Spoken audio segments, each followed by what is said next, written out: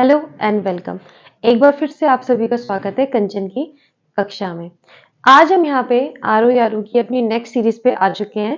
ठीक है, इसमें हम औसत जो हमारी प्रीवियस जो एक सीरीज थी एवरेज से रिलेटेड, उसी के कुछ क्वेश्चन ऐसे हैं जो मुझे लगता है या कोई एग्जाम में आ चुके हैं और हमारे आने के बहुत चांसेस है। ठीक है, इससे आपको अदर क्वेश्चन सॉल्व करने में भी हेल्प मिलेगी। तो आज हम इसी के बारे में पढ़ेंगे। तो आज की हमारी सीरीज का पहला क्वेश्चन है, यदि तीन व्यक्ति कौन है, पी क्यू आर की औसत आयु कितनी है, 24 वर्ष दी गई है। ठीक है, अब वो कहते हैं कि एस समूह में शामिल होता है। पहले आप यहीं तक सॉल्व कीजिए कि यदि तीन व्यक्तियों की औसत एज कितनी है, इतनी दे रखी है। ठीक है, तो जैसे कल बताया गया था कि टोटल एज निकालने के लिए हम क्या करते हैं, जो हमारा औसत उम्र है वो और कितने लोगों की दी उनकी दोनों की मल्टीप्लाई करते हैं। ठीक है, तो हमने पहले करा 24 मल्टीप्लाई बाई 3। ठीक है, 3 4 जा 12, 3 2 जा 6 और 7, कितना आया इसका 72। ठीक है, अब देखो नेक्स्ट लाइन पढ़ो फटाक से। नेक्स्ट लाइन क्या है, एस समूह में शामिल हो जाता है। मतलब पहले तो क्या थे हमारे, पहले थे हमारे P plus Q plus R, ये थे ना। अब हो गए हमारे P plus Q plus R plus S, क्योंकि S भी शामिल हो गए ना। तो अब कितने लोग हो गए टोटल, 4। तो 4 जब हमारा S भी शामिल हो जाता है तो अब हमारी औसत उम्र कितनी हो जाती है, 30 वर्ष हो जाती है। ठीक है, तो अभी यहाँ पे देखो 24 की जगह हम क्या लिखेंगे, 30, और मल्टीप्लाई कितने करेंगे, जितने व्यक्ति है, व्यक्ति कितने हैं, 4 है ना, तो 4 से मल्टीप्लाई करेंगे। 4 3 जा 12, मतलब 120। ये दो लाइन आपको समझ में, इसे किस तरह करना है। अच्छा, अब क्वेश्चन पढ़िए, यदि एक और व्यक्ति टी, मतलब एक नया व्यक्ति कौन सा है, टी है, जो एस से 4 वर्ष बड़ा है, 4 वर्ष बड़ा है, समूह में शामिल हो जाता है। ठीक है, अब देखो क्वेश्चन में यहाँ पे क्या दिया है। अब हमें अगर टी की अगर वैल्यू निकालनी होगी तो उससे पहले हमें क्या पता होना चाहिए, एस की उम्र पता होनी चाहिए ना, तभी तो हम उसमें जब +4 करेंगे तो हमें टी पता चलेगा। ठीक है, तो सबसे पहले यहाँ पे हमें किसकी उम्र निकालनी पड़ेगी, एस की। ठीक है, और एस की जब उम्र निकालेंगे उसमें +4 करेंगे तो हमारा क्या आ जाएगा, टी की उम्र आ जाएगी। ठीक है, अब देखो इस क्वेश्चन में से एस कैसे निकलेगा। देखो यहाँ पे P है, यहाँ भी Q, यहाँ भी P है, यहाँ Q है, R है, R है। अब अगर मैं इन दोनों को आपस से माइनस कर देती हूँ, ठीक है, तो P से P कैंसिल, Q से Q, R से R, क्या बचा, S। जब हम यहाँ पे माइनस कर रही हूँ तो ये दोनों भी आपस में क्या होंगे, हमारे माइनस होंगे। ठीक है, करिए, 120 माइनस 72, 48, कितना आया इसका, 48।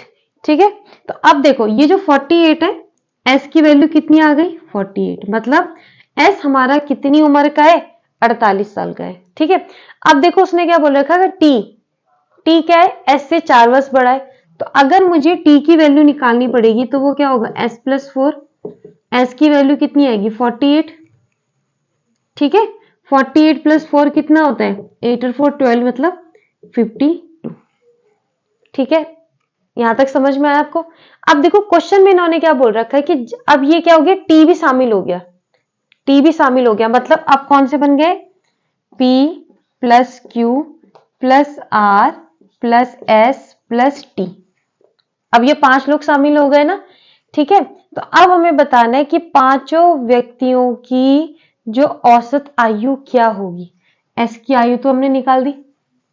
ठीक है, अब हमें बताना है कि पांचों व्यक्तियों की औसत आयु हमारी कितनी होगी। अब देखो पांचों की व्यक्तियों की औसत आयु हम कैसे निकालेंगे, हमें देखो P plus Q plus R plus S, इन सबकी जो एज का जो एड है वो हमें यहाँ पे पता है। देखो P plus Q plus R plus S हमने निकाला था 120। ठीक है, तो इनकी जगह हम क्या रख देंगे यहाँ पे, 120, 120। ठीक है, टी की उम्र अभी हमने निकाली थी, कितनी है, 52। इसको मैं यहाँ पे सॉल्व करती हूँ।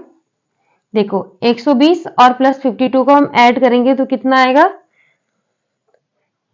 271, 172। ठीक है, इतना समझ में आ गया। अच्छा, अब देखो 172 तो हमारा क्या आ गया, जो उन सबकी जो उम्र थी, एज थी, आयु थी, उसका योग है। ठीक है, और हम औसत कैसे निकालते हैं, हमारा क्या, अगर आयु को औसत निकालना है तो क्या करेंगे हम कि टोटल जितने भी लोग हैं उन सबकी आयु को हम क्या कर देंगे, एज को ऐड करेंगे और किससे डिवाइड करेंगे, जितने नंबर है, मतलब 4 लोग हैं तो 4 से, 5 है तो 5 से। तो यहाँ पे हम कितने लोग हैं, 5 व्यक्ति है ना, PQRST, तो हम इसे किससे डिवाइड करेंगे, 5 से डिवाइड करेंगे। ठीक है, 5 से डिवाइड कीजिए, 5 3 जा 15 और ये आ गया हमारा 5 4 जा 20 और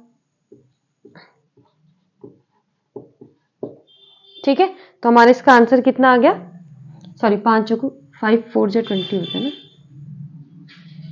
ठीक है, तो आंसर कितना आ गया, 34.4 वर्ष।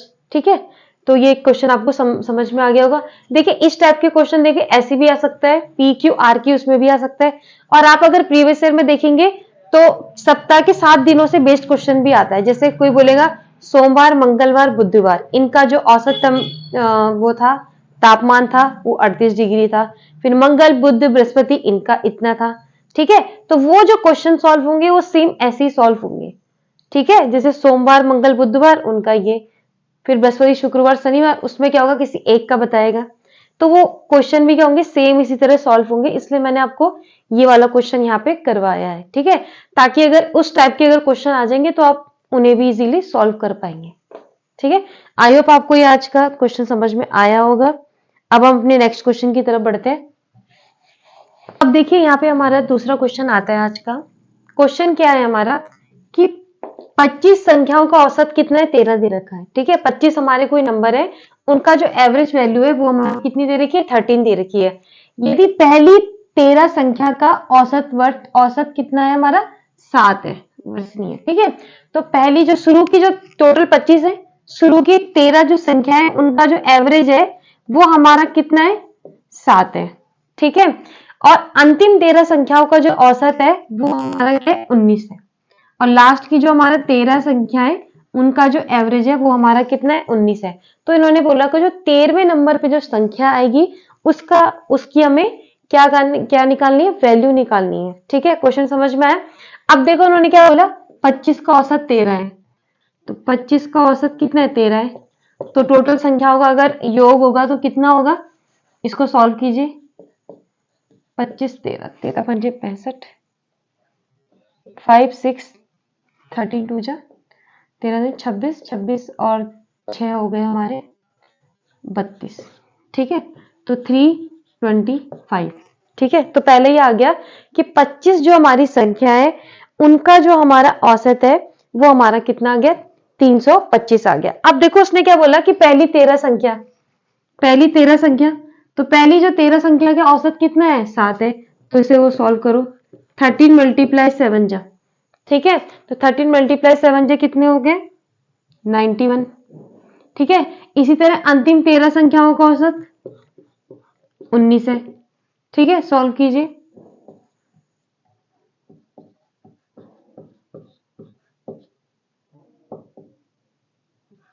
5 9 1 5 4 कितना आ गया हमारा, 245।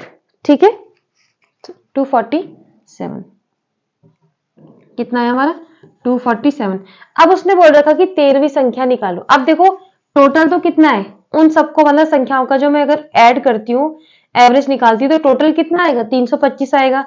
शुरू की 3 संख्याओं का ऐड कितना है हमारा, 91, और लास्ट की 13 संख्या। ठीक है, शुरू की 13 संख्याओं का जो एवरेज है वो हमारा टोटल योग है 91, और लास्ट की 13 संख्याओं जिसका एवरेज 19 है उनका योग कितना है, 247। अब हमें वो बीच की 13वें नंबर की जो संख्या है उसे निकालना है। कैसे करेंगे, इन दोनों को मैं ऐड करके अगर इससे माइनस कर दूं तो वो 13वें नंबर की संख्या आ जाएगी ना। ठीक है, तो पहले मैं इन दोनों को ऐड कर रही हूं, तो इन दोनों का ऐड कितना हो गया, 8 13 और 338। अब 338 में से मैं माइनस कर दूंगी तो जो 13वें नंबर की संख्या है वो हमारी आ जाएगी। ठीक है,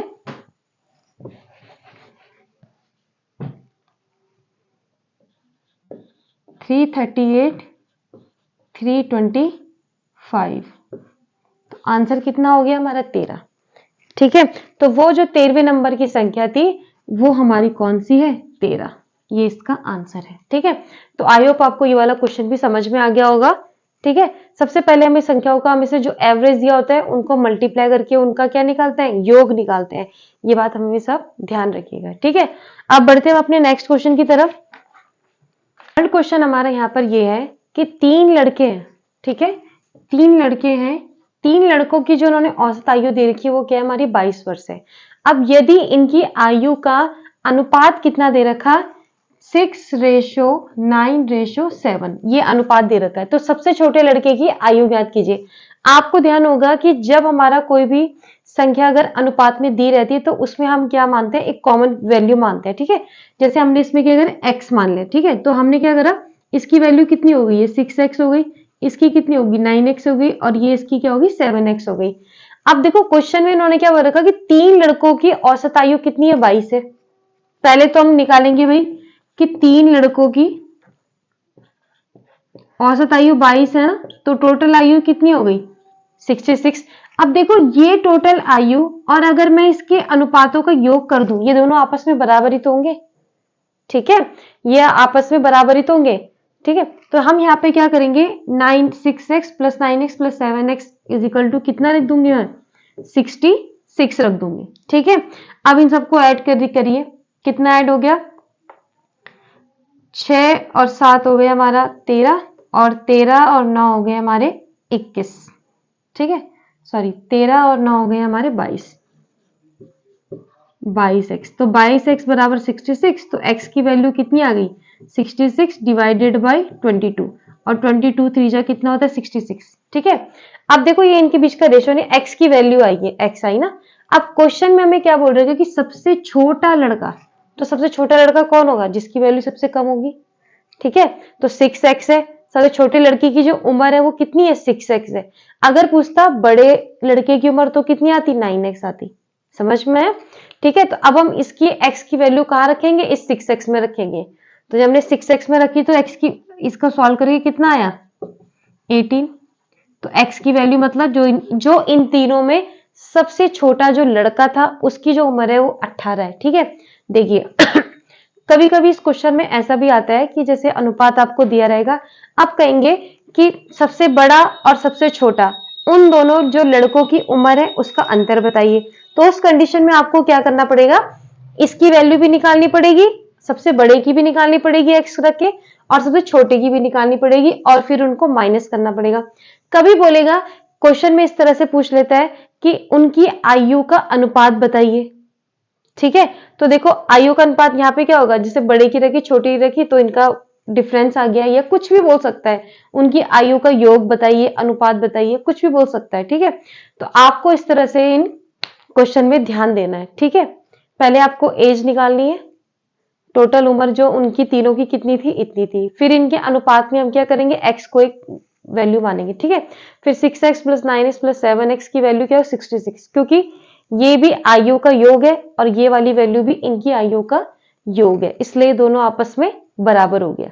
ठीक है, यहां से हम x की वैल्यू फाइंड आउट करेंगे, उस x की वैल्यू को हम पुट करेंगे जो हमें क्वेश्चन में पूछा गया है। छोटा लड़का पूछा है छोटे की, बड़ा लड़का पूछा है बड़े की। ठीक है, आई होप आपको ये वाला क्वेश्चन भी अच्छी तरह से समझ में आ चुका होगा। अब हम इसमें नेक्स्ट क्वेश्चन करते हैं। अब देखिए नेक्स्ट क्वेश्चन लिखिए आप।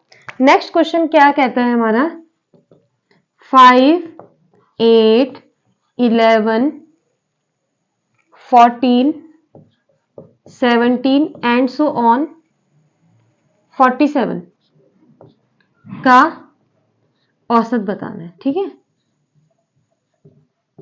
अब देखिए औसत निकालना है ना। अब देखिए अगर मैं क्या करूंगी, 5 औसत हमें पता है भाई, हमें पता है कि अगर यहां तक हमें निकालना है तो पहले मुझे क्या करना पड़ेगा, इन सबको ऐड करना पड़ेगा, जोड़ना पड़ेगा, और फिर मुझे देखने पड़ेंगे कितने नंबर है, उनसे मैं डिवाइड करूंगी तब जाके हमारा एवरेज आएगा। तो ये तो बहुत काफी लंबा प्रोसेस हो जाएगा।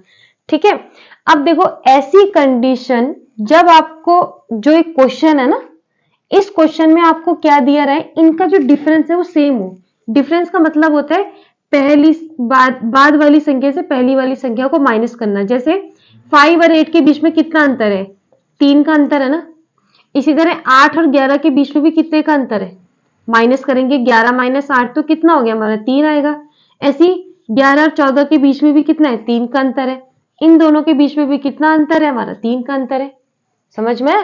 तो जब अगर हमसे कोई ऐसी सीरीज पूछी जाएगी जिसमें उन संख्याओं का अंतर बीच में क्या होगा, बराबर होगा, और हमसे क्वेश्चन में क्या पूछेगा, वो एवरेज पूछेगा, ठीक है। तो उस टाइम आपको एवरेज कैसे निकालना है, इन सबको प्लस करते हुए नहीं लग जाना है, ठीक है, बहुत टाइम लग जाएगा। तो उस कंडीशन में हमें क्या करना है, पहला नंबर क्या हमारा, first number plus last number divided by 2, ये फॉर्मूला याद करना है आपको, ठीक है। देखो फर्स्ट नंबर हमारा क्या है, 5 है, लास्ट कौन सा है हमारा, 47, डिवाइडेड बाय 2 करेंगे, ठीक है। 7 और 5 12 यानी 2, 52, 52 डिवाइडेड बाय 2, तो 2 दूनी 4, 2 छिंग 12 यानी 26। तो उसका आंसर कितना है हमारा, 26, ठीक है। तो आई होप आपको ये समझ में आ चुका होगा। हमें देखना है डिफरेंस कितना है, सेम, ठीक है। डिफरेंस जब सेम है तो आप पहला शुरू का और लास्ट का नंबर ऐड कर दीजिए और उसको क्या करिए, 2 से डिवाइड कर दीजिए, तो हमारा आंसर आ जाएगा, ठीक है। अब हम नेक्स्ट क्वेश्चन देखते हैं अपना।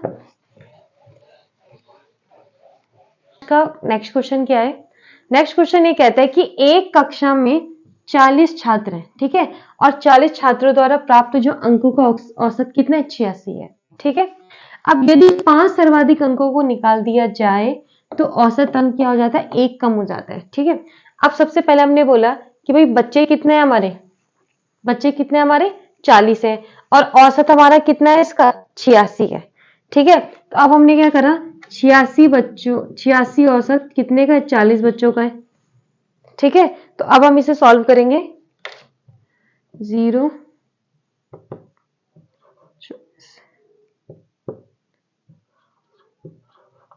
ठीक है। तो इसका मल्टीप्लाई क्या आ गया, 3440, ठीक है।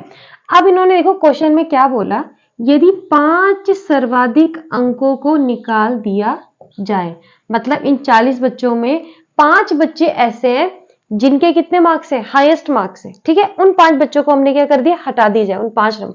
तो देखो 40 था ना, 40 बच्चे थे, तो अब यानी कितने बच गए, 35, माइनस क्या हो गया, 5 हो गया।